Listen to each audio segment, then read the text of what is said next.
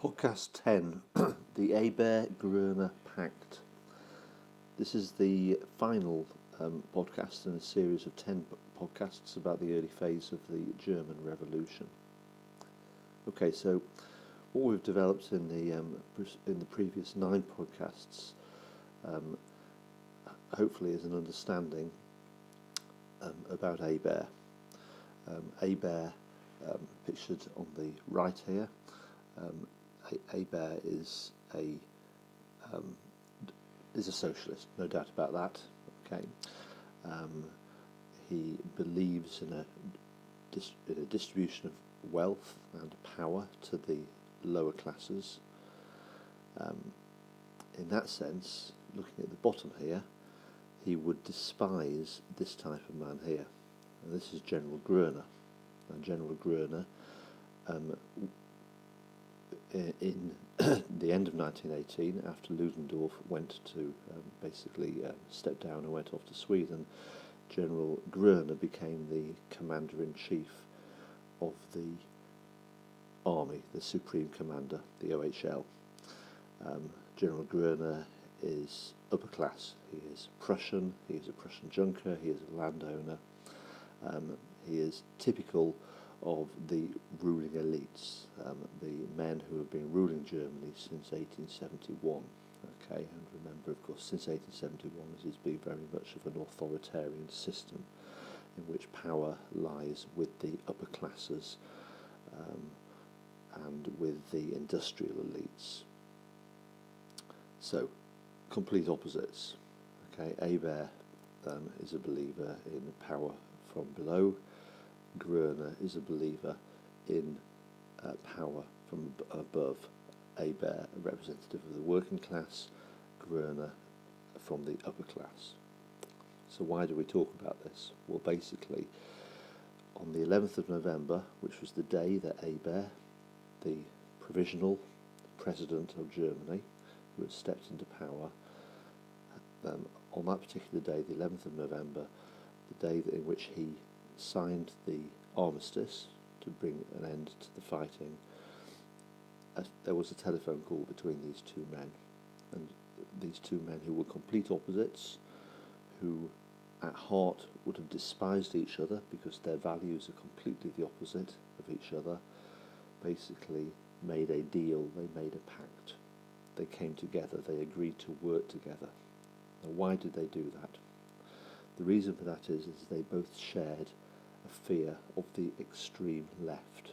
Now, Ebert, although he was a left-wing politician, remember, was a very traditional politician, an old generation politician who believed strongly that whatever change would happen, and change did have to happen, that there did need to be a move towards a different form of government. He absolutely believed that it had to be a parliamentary route, that all Germans, including the upper classes and the middle classes, needed to take part in the decision about the future of Germany. Even though he at heart wanted it to be a socialist system, a man of principle, he believed it needed to be a parliamentary route. So he strongly believed in the democracy aspect of the name of his party, the Social Democrats. He was a socialist, but he believed in democracy. It had to be a parliamentary route to power. So Ebert, as we have established, strongly disagreed with those socialists on the extreme left who rejected democracy as a route to power, and who believed the route to power had to be through the Soviets, those elected, spontaneous working class councils that had been elected but were only elected by the working classes that had formed in the cities and to some extent in the Navy and in the Army. Now, Groener likewise despised the Soviets, but for different reasons. He despised the Soviets because if the Soviets were to take control, then effectively there would be a full socialist revolution, and the upper classes would completely lose all of their authority and all of their wealth. Okay, because a socialist revolution would overthrow the existing elites. So because they both shared a common fear of the extreme left, even though they are very different men, Ebert and Groener came together, and a phone call was made on the 11th of November. So let's have a look at the points on the slide here. First of all, Ebert's power was being undermined by the more radical left wing in Berlin. Okay, we've already established that in the previous podcasts. Effectively, dual power. He had no choice. There was a Berlin Soviet. Ebert, the capital of the seat of government, was in Berlin, and the Berlin Soviet effectively was controlling the workers in Berlin. So there was dual power. Okay, in that context, Ebert received the famous phone call. Okay, so we've just pointed that out. Groener, like Ebert, was desperately afraid of revolution, but for different reasons. Groener was anxious that a revolution would destroy the authority of the officer corps, and B, result in a civil war, which would result in foreign intervention. Just a quick comment on that second point. On the same day, both Ebert and Groener agreed the war needed to come to an end, so Ebert has effectively approached the Allies for the armistice. We'll develop this more in the next lesson, but the Allies, and remember we talked about war aims, Woodrow Wilson is absolutely insistent that the Americans will only sign a peace treaty with a German government that is properly democratically elected.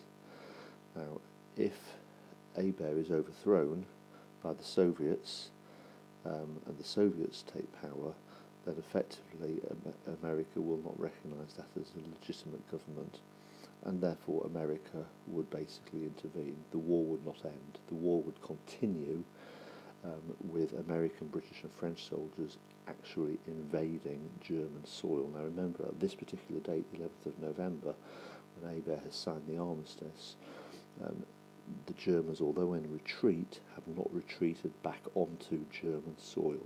So Germany is not under any form of foreign occupation at this point, and that's what Groener wants. So Groener's fully in support of an armistice, while Germany have the tactical and military advantage. Okay, now the final point is a really, really crucial one. Carr argues that there was in fact little foundation for these exaggerated fears. What he's basically saying here is that the Ebert-Groener Pact, the deal, the phone call, that they would work together to help each other, was not necessary because they overreacted. Both of them were desperately afraid that there was going to be a Soviet revolution, that the Soviets were going to seize power, and that the initiative had passed to the extreme left, who were genuinely popular with the workers. In actual fact, as historians, we have now looked at the evidence, and much of the evidence, and we'll develop this in the next lesson, shows that in fact these fears were unfounded, that the Soviets were much weaker and much more disorganised than Ebert and Groener had thought. So Groener was very happy to work with Ebert. Okay, Groener saw Ebert as a deeply patriotic German, motivated by a shared desire to restore law and order to Germany and to ensure that the extreme left did not take power. So in the telephone call, Groener proposed to Ebert that the Supreme Command would support Ebert's government. So effectively, the Supreme Command of the German army, who were dominated by the upper classes, the Kaiser's men, everything that has underpinned and made Germany strong since 1871, everything that Ebert, in a sense, despises, Groener has offered that to Ebert to use. But there are strings attached. Groener says, we will provide you with the Supreme Command, with the army, to crush the extreme left. But we want, in return, for you to guarantee that the Supreme Command will remain untouched, that the powers of the Supreme Command will remain untouched in whatever future form that Germany takes. So if Germany becomes a republic, the Kaiser's men will not be removed from their positions in the army and in other levels of German life, such as the civil service, the judiciary, and so on. So look at the third point. So in return, Groener asked that Ebert's government cooperate with the Supreme Command. He asked for Ebert's reassurance that the powers of the officer corps would be upheld. Okay, that they would be used to crush the councils, the workers' councils and the soldiers' councils, and that when the war ended, returning soldiers in the army would not be disbanded. They would be used to crush Bolshevism. Now, Ebert agreed to that. Ebert, of course, overreacting, believing that the extreme left is very, very powerful, wanting to preserve the moderate left. Ebert agreed to that deal. On the 12th of November, he sent a telegram to Hindenburg upholding the officers' power of command. In other words, the upper classes, the elites, the Kaiser's men, Ebert, the provisional president of the Republic, has guaranteed that whatever form of government that will now be set up in Germany, the Kaiser's men will not lose their positions. So there's the diagram we looked at the beginning. We've been focusing on the political left. That covers the whole, the political left, centre and political right. We zoomed in on the political left. Okay, so I won't talk through that again, but that, just focusing on the left, there's that key line through the middle of the USPD. We'll develop more about the Spartakists and who they were in the next lesson. And the picture there, I hope, sort of summarises it for you. It shows the whole of the spectrum from left to right.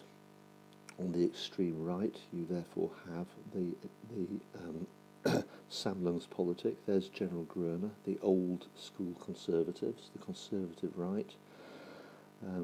There is Wolfgang Kapp, the founder of the Fatherland Party. So those are on the extreme right.